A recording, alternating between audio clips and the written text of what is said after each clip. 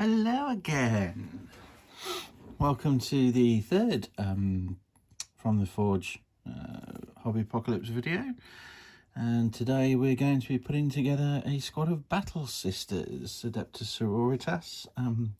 This is the standard battle sister squad.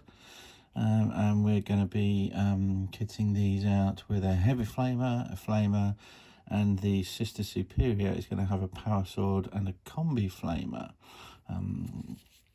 So this is going to be the squad that I use to sort of get in close, and I'm going to be building a rhino very shortly to help them do that. Now you may have to bear with me this evening. This could go horribly wrong because I haven't got the instructions for putting the kit together in front of me, so I may end up doing it completely backwards.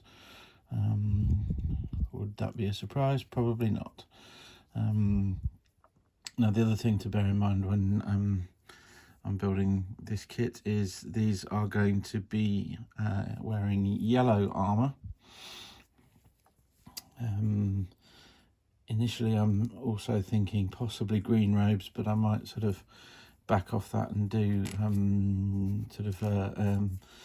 yellow robes as well, depending on how we go, how the models are looking when they're sort of put together. What I don't want to do is end up with too much of a sort of a two-tone colour scheme. I still want to end up with sort of them being very much a yellow army, not necessarily sort of yellow and green. And so what we'll be doing, certainly when I start sort of looking at getting paint on them, is looking very carefully at how the colours sort of balance out on the kits. Just clearing a bit of glue off the nozzle here. That's frustrating. It's probably because I've been building other stuff this evening as well. But that's not for you to know about. That's something entirely different. Let's just see if we can clean this nozzle out. Otherwise, this is going to be a very short video. This is actually a little tool I've got for cleaning the nozzle out of my airbrush, but it should do the trick for this as well.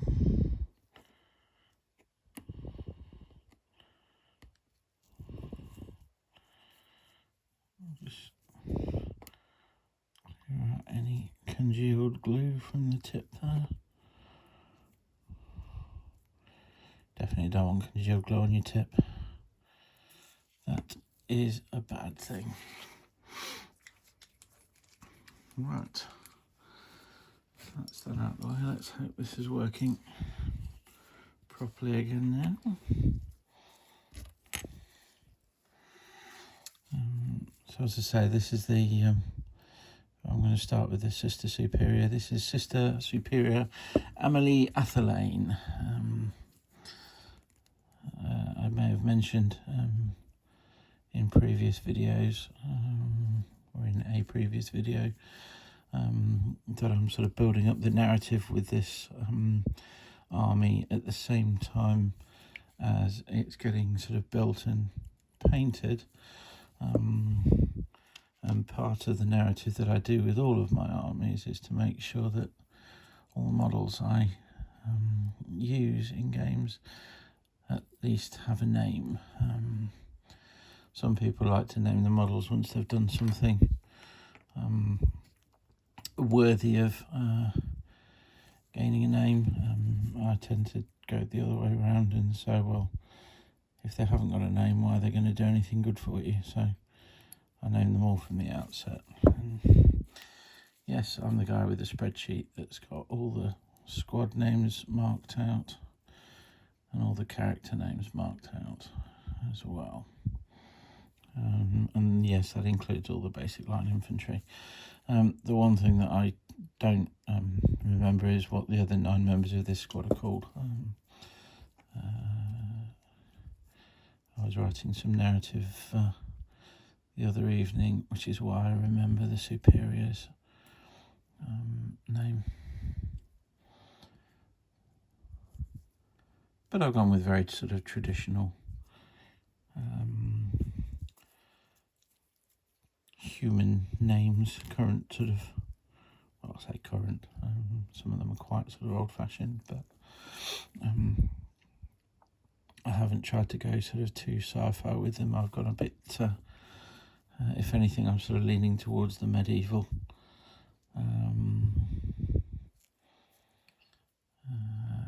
And sort of possibly with a slight sort of French hint, if indeed there is such a thing.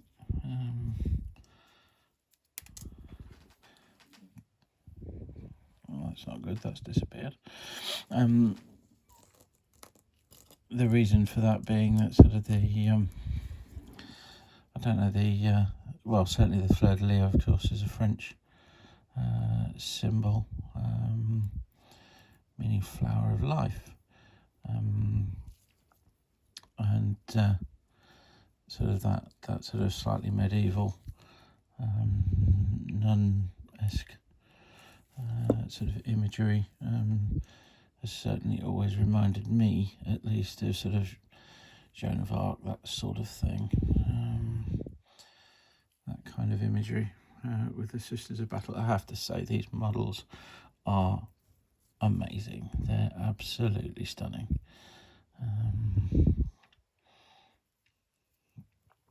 Whoever sculpted them, absolutely hats off to you.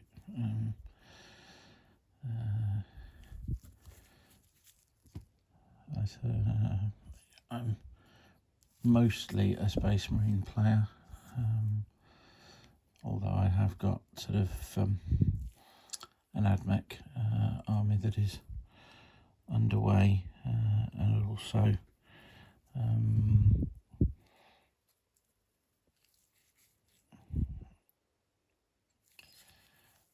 obviously these ladies, I have to say these are by far and away, I think, the best sculpts of the 3.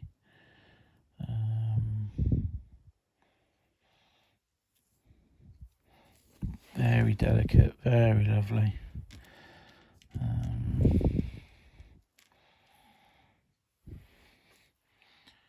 I do appear to be missing an arm. Just hold it there and I'll find that arm and come back to you.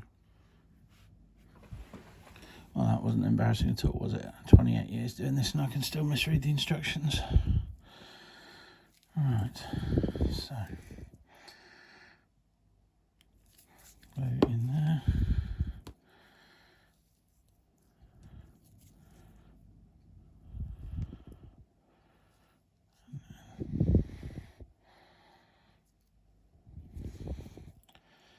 In we go with the upper arm there, and there's the lower arm that takes a combi flamer.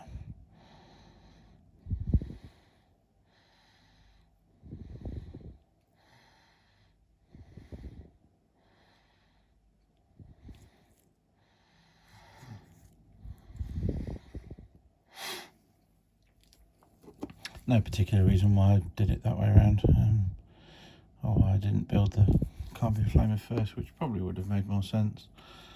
I just felt like doing it this way.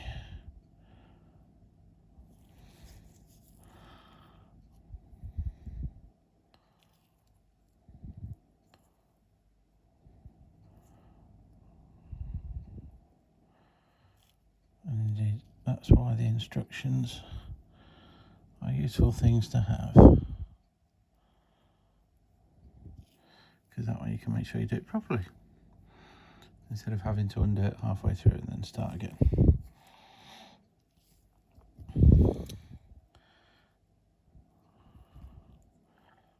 So sit in there.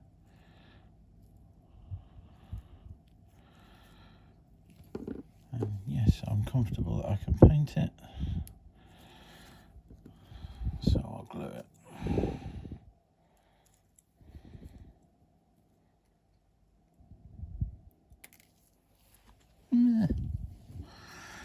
I'm full of dropsy today.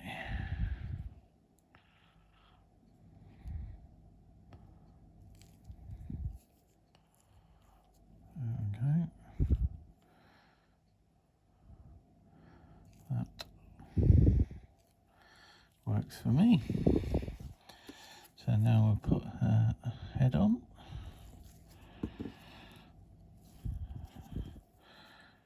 And whilst I'm not a completely dedicated adherent to the helmets must be worn at all times mantra, I do tend to prefer to see models with helmets most of the time where possible. And there will be a few of the sisters that don't. The Canoness that I've already done the build video for being one particular example. But I'll do them where possible. So that is the Sister Superior done. Let's move on to I believe they're called Imagifers. And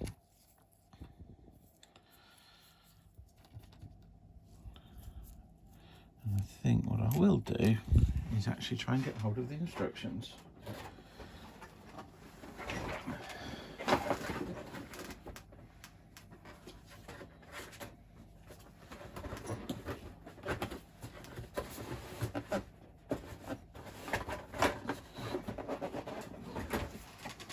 Because whilst not having the instructions doesn't make you forget parts or lose parts, I think it certainly helps to have them available to hand to at least understand roughly the idea that you're supposed to build stuff in. So what we have here is the legs and the back piece, which comes with an attached bolter for this sister. Attaches like that. So let's get some glue on there.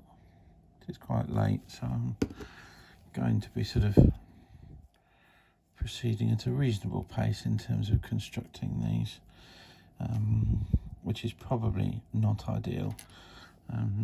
You certainly ought to take your time and make sure that the glue is sort of properly set in most instances before you go on to sort of sticking the next part on. But I've had quite a bit on my plate this evening, and not in a nice sort of had a big hearty dinner kind of way. So I want to get these done before going to bed, which means it's going to be a late night. I've got a game against or with my Space Marines tomorrow night, probably against Chaos Marines, so I'm not going to get round to these tomorrow, so I want to get them done today. Bearing in mind that as it's after midnight, all of that sort of stuff gets shifted on by day. So actually I've got a game today, so I would like to get them done now.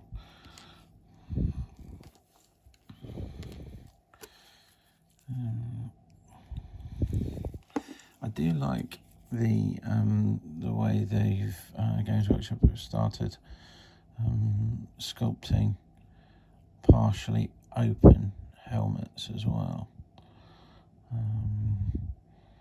It really sort of adds, I think, to the character of the models that they do it for.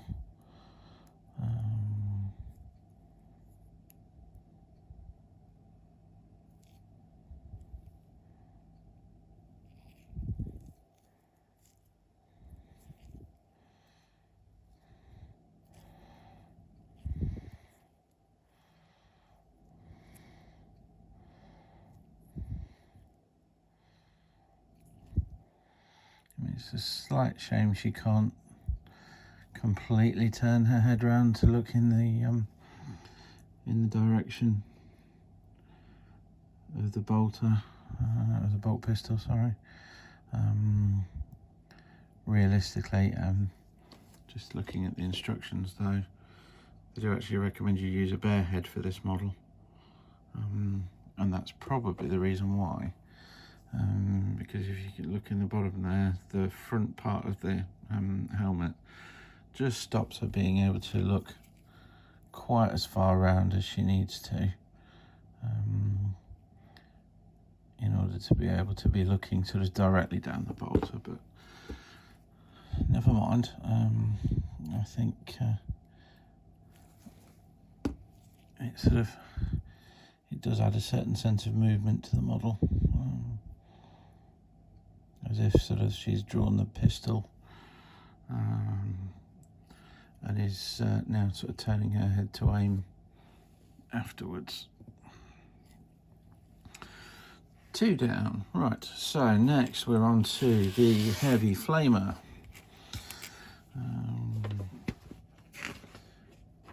Now, I don't know if I mentioned this in a previous video, however, the combat patrol box for the sisters doesn't have all the options in the box that the squad can take, which I do find frustrating when they do that. It was obviously part of sort of an earlier released box that they did for the sisters. Presumably that initial sort of army box release that they did. They did the sprues for that, I would guess. However, what that does mean is that if you buy yourself the Combat Patrol box, you're stuck with a Storm Bolter, I think, or possibly a Flamer. I'm not even sure that you get the Flamer, thinking about it. And there's no heavy weapon either. However, having bought the Purgatos mission Battle Force, that has in it the full Sisters of Battle kit, and still nets you quite a nice saving on the overall price of the models in the box. What that does mean, and what is one particularly handy part of the construction of that squad, is that the heavy flamer and the heavy bolter are attached to 2 different bodies. And so, because I've got both of those kits, I have been able to make a heavy bolter and a heavy flamer from that box and combine it with the bolter sisters from the Combat Patrol box, to give myself sort of 2 squads with special weapons and heavy weapons. So it's worked out all right in the end for me, but I'll just sort of warn anyone buying that box, if you're thinking about buying that box, just be aware that actually you get a very limited set of models within it, in terms of their weapon loadouts. So then on to the backpack for the heavy flamer.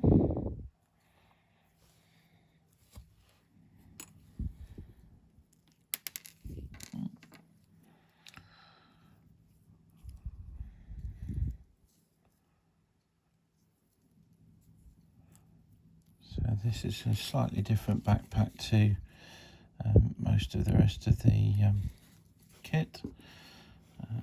Obviously it's got a heavy flamer fuel canister attached to the back of it, and there are these armoured fuel pipes that run from that canister to the back of the sister herself, and sort of connect into the gun that she's got there. So that's the sort of angle that it goes at. And if you look closely, you can just see there's a little raised section here and a hole there that matches up with a little indented section on that pipe and a little plug that plugs into that canister there. Looks like I've got a bit of flashing on there that is going to interrupt with that plug plugging in completely smoothly, so I'll just take that off.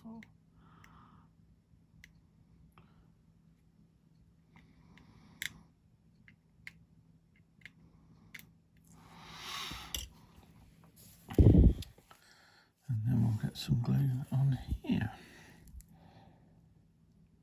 Just a dot in here and a dot in there. I have to say, as I've sort of said on a few occasions, this army is being built for DZTV's Hobbypocalypse, or along with DZTV's Hobbypocalypse, should I say. I'm not giving it away or anything. If you've not signed up to DZTV, or you're not a member of the channel, you're not sort of taking part in that, then I heartily recommend signing up to their Patreon and having a look, getting on to their Discord and having a look at some of the stuff that's being done for the Hobbypocalypse. Some of the armies that are sort of well underway and far further on than mine already are absolutely stunning.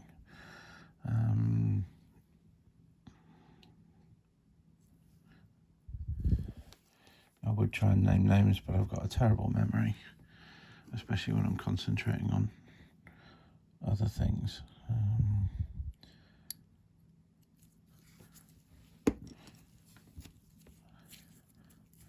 Certainly some that spring to mind straight away. There's some Chaos Marines by a guy called the Captain that are really excellent. And another member of the Discord called Swamp Song, who produces consistently top quality armies and projects. He's been doing some Marines that are just beautiful.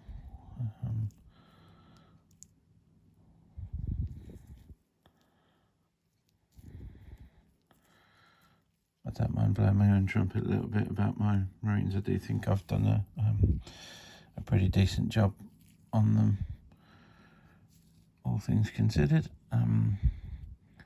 But some of Swamp Song's work just blows my mind.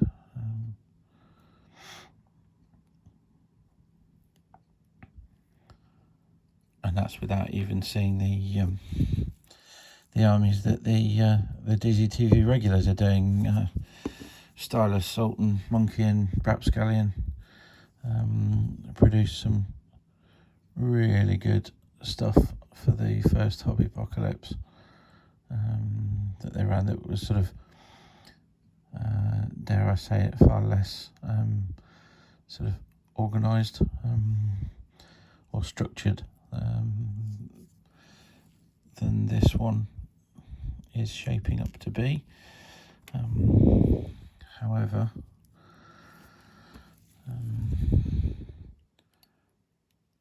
I mean, they each brought something totally different to the table in that respect. Sultan's conversions were incredible, especially his Corvus Black Star.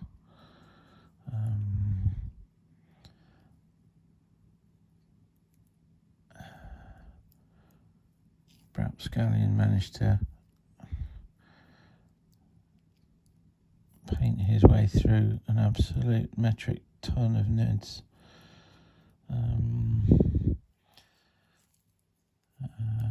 Stylus's sort of originality of the conversions for his creations of bile were pretty impressive, and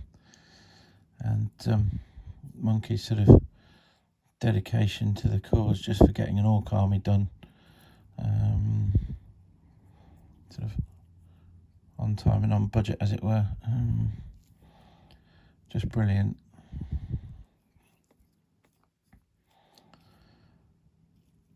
I think I've sucked up to them enough. Right, so there we go. That's a nice model, isn't it? Nice pose.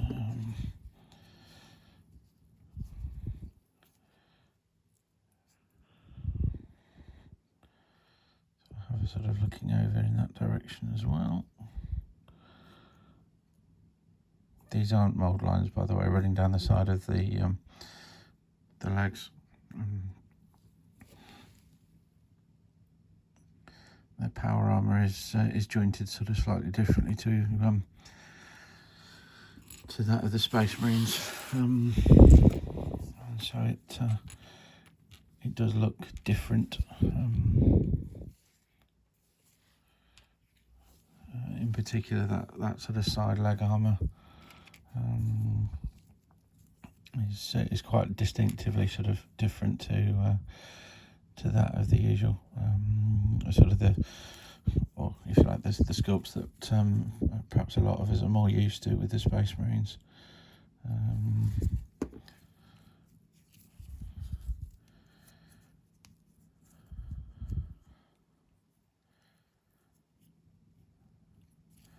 These are very delicate models in terms of them being put together.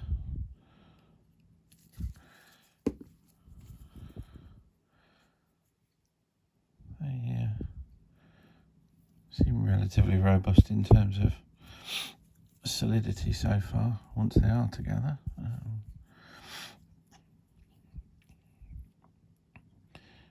But one thing I'm going to definitely find is something a bit new to me when it comes to actually playing these on the tabletop will be the toughness 3 aspect of them. Having played Marines for so long, and sort of almost expecting stuff in power armour to be toughness 4. I did play against Sisters a few weeks ago, and whilst they absolutely handed my backside to me on a plate, there was certainly an element of almost, not quite fragility, but almost to the army because of that lower toughness.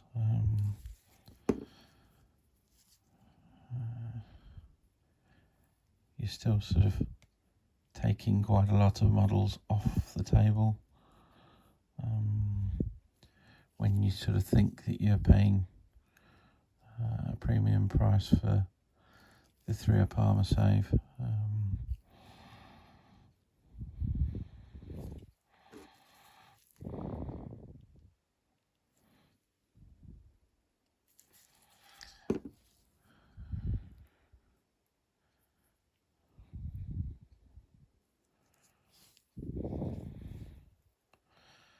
One thing I have made a decision on in respect of these models is not to worry too much about sort of the guns being across the chest piece. I have previously gone to quite the extremes with some of my Space Marine units, even to the extent of magnetising the guns on a standard tactical squad, even though I had no intention of them ever carrying anything but bolters, just so that I could paint the chest eagles separately. Before I then sort of snap the bolters back into place. Whilst I'm sort of keen that this army is still impressive from a paint job perspective and as sort of as good as I can get it, I'm not going to sort of bend over backwards to paint every single tiny little detail that is unlikely to be seen sort of on the final model. Hopefully that will save me a little bit of time when it comes to sort of doing the squads. I'm not sort of trying to cut corners here, there and everywhere. But also I do need to be realistic that there's quite a lot of stuff to paint in a relatively short space of time, and therefore anything that can't be seen doesn't necessarily need to be painted. And I'm sure that some of you that know me when I'm saying that will be absolutely horrified that I'm uttering those words.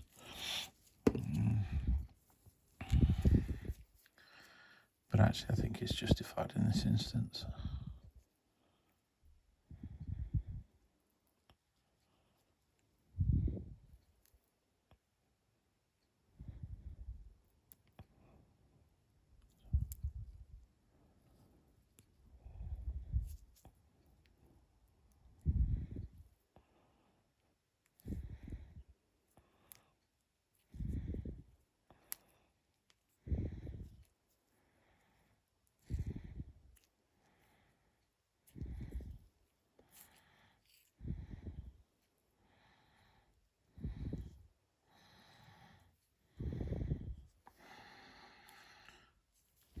This is certainly where having the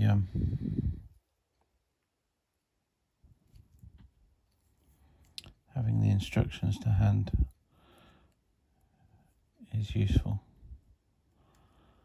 because as you can see I just made a right mess of putting that bit together.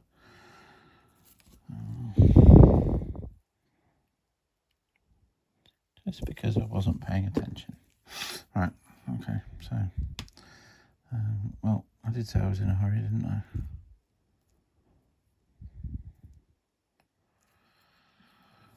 There's a definite sense of movement with these models that you don't get from a lot of Space Marines. And if I recall from the AdMech stuff that I've built as well,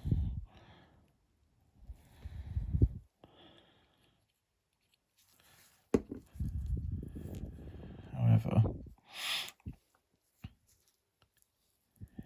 in providing that,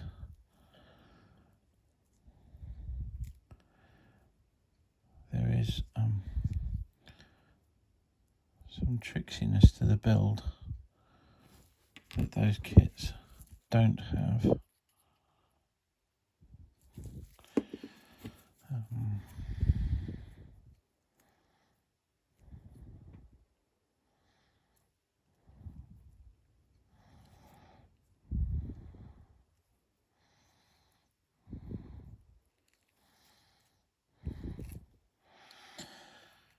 And having these separate sort of upper arm and lower arm pieces is certainly making them go together very differently to sort of if you like, a typical Space Marine sort of kit. It'll be interesting to see if the Imperial Guard follows this sort of pattern in terms of how the kits go together,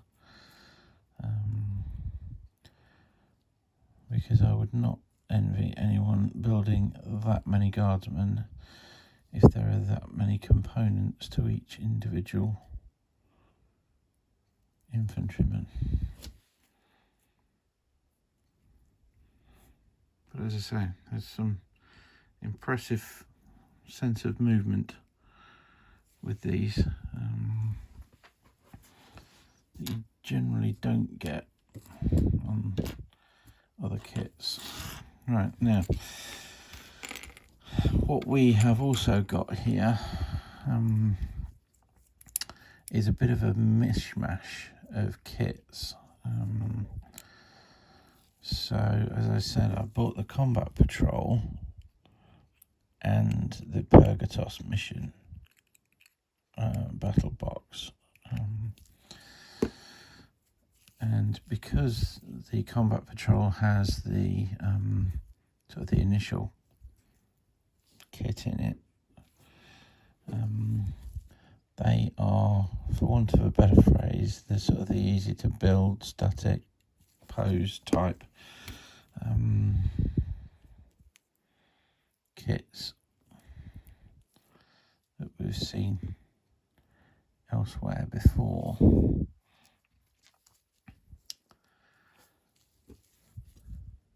I mean, all models are essentially monopose these days, unless you want to sort of hack them apart after you've built them.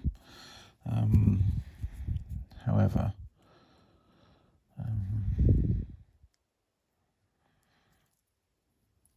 as you can see, just having the arms in one piece attached to the gun makes those go together very much quicker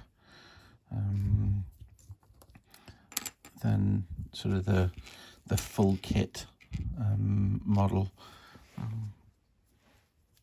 from the battle box,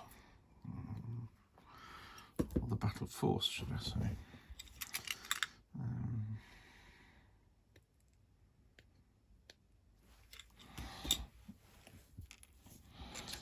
And it's interesting to see the difference between them in terms of the detail on the kits.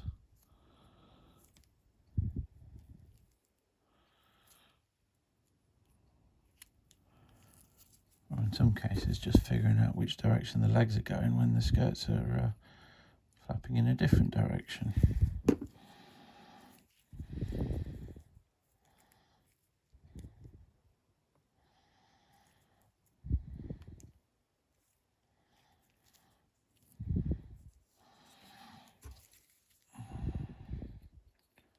However, we're getting through it, and whilst it's certainly not early, we are progressing nicely in terms of getting the kits put together. We're about now just over the half-an-hour mark so far. I mean, obviously, as with any of the other build videos that I do sort of clip and clean all the parts prior to starting on the video. However, I don't think that's too bad progress, actually. We've done what? 1, 2, 3, 4, 5, 6. This is the 7th one that we've built in. So 32 minutes the video's been running now. So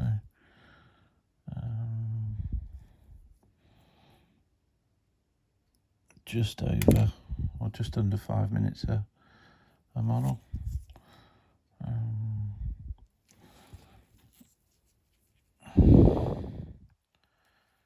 I have been Captain Butterfingers all night, so you can probably shave a bit of time off for a normal sort of evening of construction in that regard. One thing it's always useful to bear in mind when you're sort of building kits, for those of you that sort of are perhaps slightly newer to the hobby and modelling, generally I tend to find that if you try and make the model face the way the legs are pointing, you get a good sort of sense of motion from it. It'd be a little bit weird if she was sort of looking off in that direction and running in the opposite direction. Not disastrous, but sort of it does tend to, I think, to give them a little bit of, for want of a better word, realism in terms of their movement, at least. Even if we are still talking about ultimately a space nun carrying a massive mini missile launcher.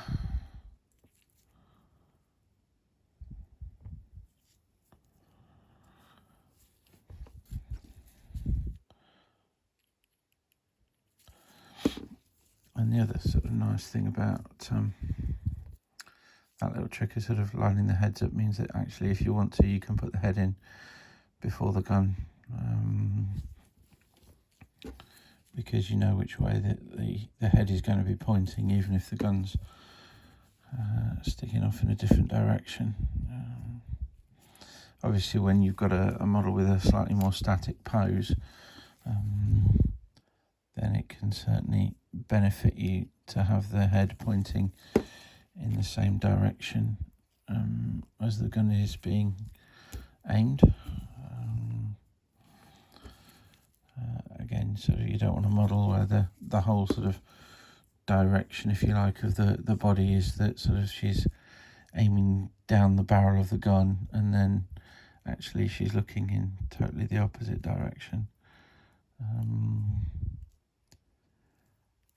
One of the other things that I do see sometimes with sort of eBay rescue stuff that really upsets me is when the gun hand here doesn't match up with the wrist. I think that's a fairly basic part of modelling these kits to look as good as they can. And so if the gun isn't actually sort of being held by the hand that's been provided to hold it with, it can break the sense of disbelief somewhat. So we're on to the flamer bearer now, and she is standing on what I'm hoping to make look like the burned corpse of some kind of chaos cultist. It's got this sort of skin which I think looks as though it's intended to be sort of crisped flesh. So that's certainly how I'm intending on modelling it and painting it up when I get that far.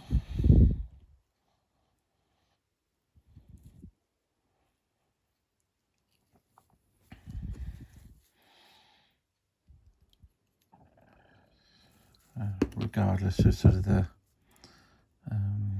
presence, if you like, of the sisters in the 40k video,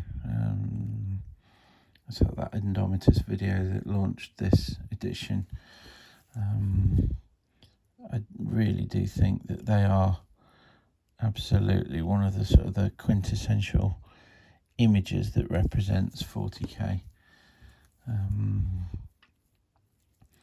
That sort of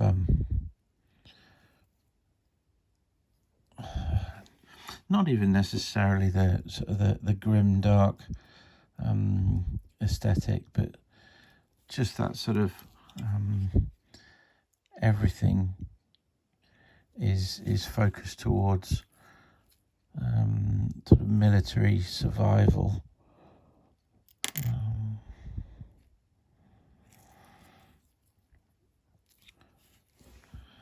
And so even the church has its own sort of private army.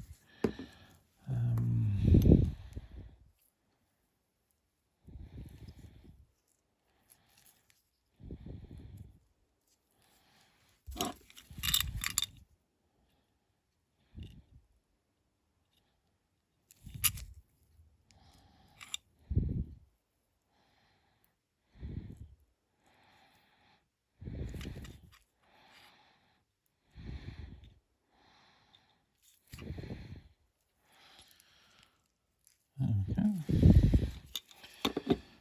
A bit of a fiddly one, that. Never mind, I've got a slightly different backpack on this one as well. So the fuel tanks, or the spare fuel tanks, for the handheld flamer.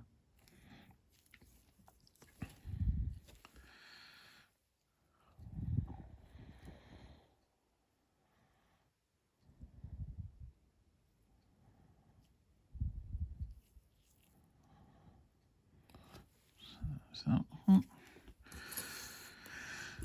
and we're on to the last one. Right. So,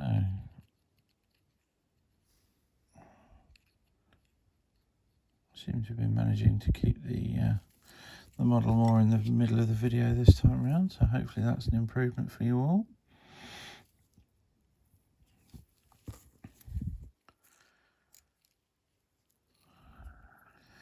And I think next time I do one of these videos, we'll be doing probably the Sisters Rhino, which is going to be an interesting build for me, because it's actually a very long time since I built a Rhino. And the kit is an intriguing, or sort of I find an interesting combination of old and new. But I won't spoil it for you. But sort of particularly given the ornate nature, shall we say, of the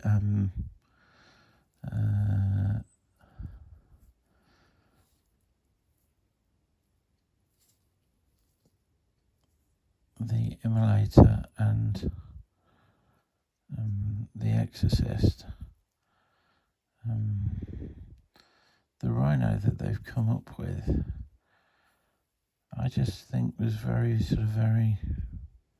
interesting.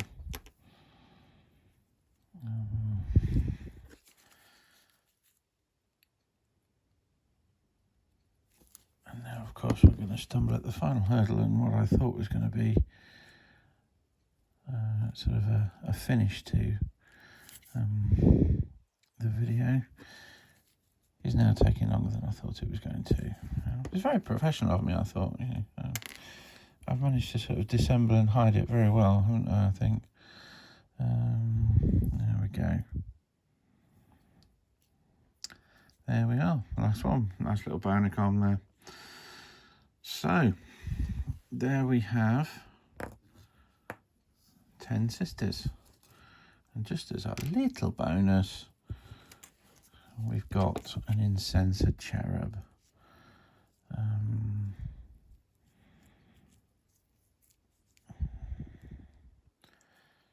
Now, what really worries me about this thing actually is how much it looks like the doll that my daughter's just bought herself for Christmas.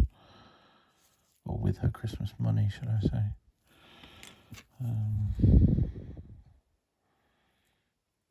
It's quite disturbing.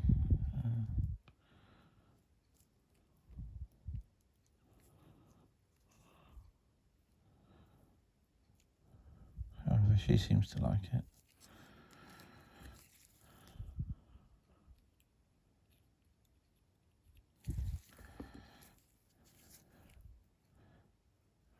She may not like it quite so much if I sort of made myself some purity seals and strapped some chains to it and then strung it up from the ceiling. But,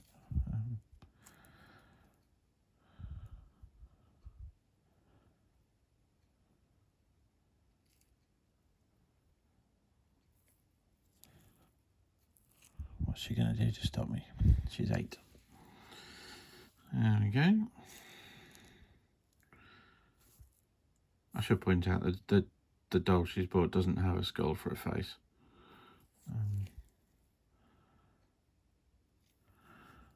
Or wings, actually, but yeah, even so. Right, there we go. One battle sister squad done. Sister Superior, Amelie Athelane.